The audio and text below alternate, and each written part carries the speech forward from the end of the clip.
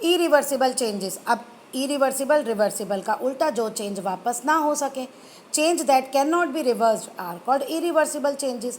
There are large number of irreversible changes that takes place around us. बहुत ज़्यादा changes हैं हमारे चारों ओर जो हम देखते हैं जो इरिवर्सिबल है, यानी जो वापस नहीं हो सकते। This result in a new material being produce, और इसमें एक नया मटीरियल बनता है विच मे और मे नॉट बी यूजफुल, वो हमारे लिए यूजफुल हो भी सकता है और नहीं भी। कैसे? जैसे राइपनिंग ऑफ फ्रूट है, फ्रूट्स का पकना, बनाना कच्चा था, फिगर में देखो येलो हो गया। अब इस येलो से वापस हम ग्रीन बनाना तो नहीं पा सकते ना, वो तो वापस नहीं बनेगा।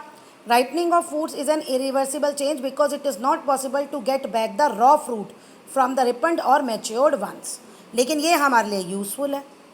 लेकिन अगर आप एक कागज़ को जलाते हो, बर्निंग ऑफ पेपर, वो इरिवर्सिबल चेंज है, राइट? या हमारी कोई बुक जल जाती है, वो हमारे लिए हार्मफुल है, वो हमारे लिए इरिवर्सिबल चेंज है और वो हमारे लिए यूजफुल भी नहीं है। नेक्स्ट है ब्लूमिंग ऑफ फ्लावर, यानी फ्लावर्स का खिलना भी वो इरिवर्सिबल चेंज है because flowers can not change back into buds, तो हम फ्लावर से दोबारा से बड नहीं ले सकते। अब देखो क्वेश्चन ये आएगा आपको कि ये जो है ये इरिवर्सिबल चेंज क्यों है।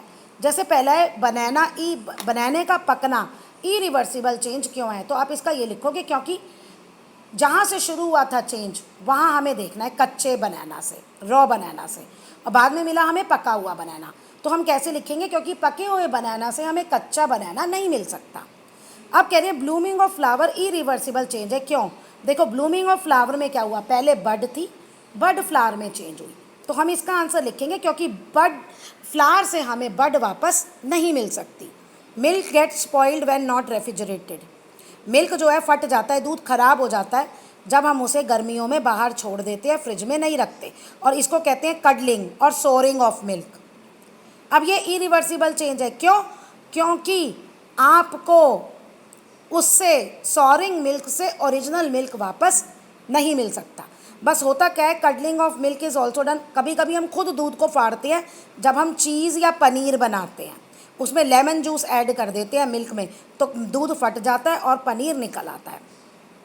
Burning of paper irreversible change है। अब देखो इसमें क्या होता है, शुरू में पेपर था, बाद में बनी ऐश, तो हम क्या लिखेंगे, burning of paper is an irreversible change because we can not get paper from ash, ash से हमें पेपर वापस नहीं मिल सकता, तो इसीलिए ये एक इरिवर्सिबल चेंज है। तो कोई भी तुम्हें क्वेश्चन आए ना कि ये इरिवर्सिबल चेंज क्यों है, तो तुम लिखोगे जो बाद में बना उससे हम पहला वाला सब्सटेंस नहीं ले सकते। अब बर्निंग ऑफ पेपर में ये क्या कह रहा है, new substance ash is left और formed after paper burn, paper जलने के बाद ऐश बनती है, और ये न्यू सब्सटेंस डिफर है पेपर से अपीयरेंस में और प्रॉपर्टीज़ में, लेकिन ये आंसर आएगा जब हम केमिकल और फिजिकल प्रॉपर्टीज़ पढ़ेंगे। अगर ये आता है why burning of paper is an irreversible change, तो आप लिखोगे because we can not get paper back from the ash. Cooking of food irreversible change है, क्यों? We can not get back the original ingredient use in original form after cooking, यानी कि अगर आप खाना बना रहे हैं, जैसे आप दाल बना रहे हैं, आपने दाल लिया, पानी लिया, नमक लिया, मसाले लिए, ये सारे ओके, तो जब आपकी दाल बन गई तो इस दाल से वापस हम वही दाल, पानी, मसाले जो हमने अलग अलग यूज़ किए थे वो हम वापस नहीं पा सकते। अब देखो इसने एग्जाम्पल दिया है केक का, केक को हम मैदे, एग, मिल्क, चॉकलेट से बनाते हैं, तो जब केक बन जाएगा तो क्या इंग्रेडिएंट्स, मतलब जिनसे केक बना है, ये सारी चीज़ें, मैदा, एग, मिल्क, चॉकलेट, तो क्या हमें केक मिल जाएगा, तो केक से क्या हम ये चीज़ें वापस पा सकते हैं इंग्रेडिएंट्स? नहीं, तो इसलिए ये सारे इरिवर्सिबल चेंज है और ये इम्पॉर्टेंट भी है।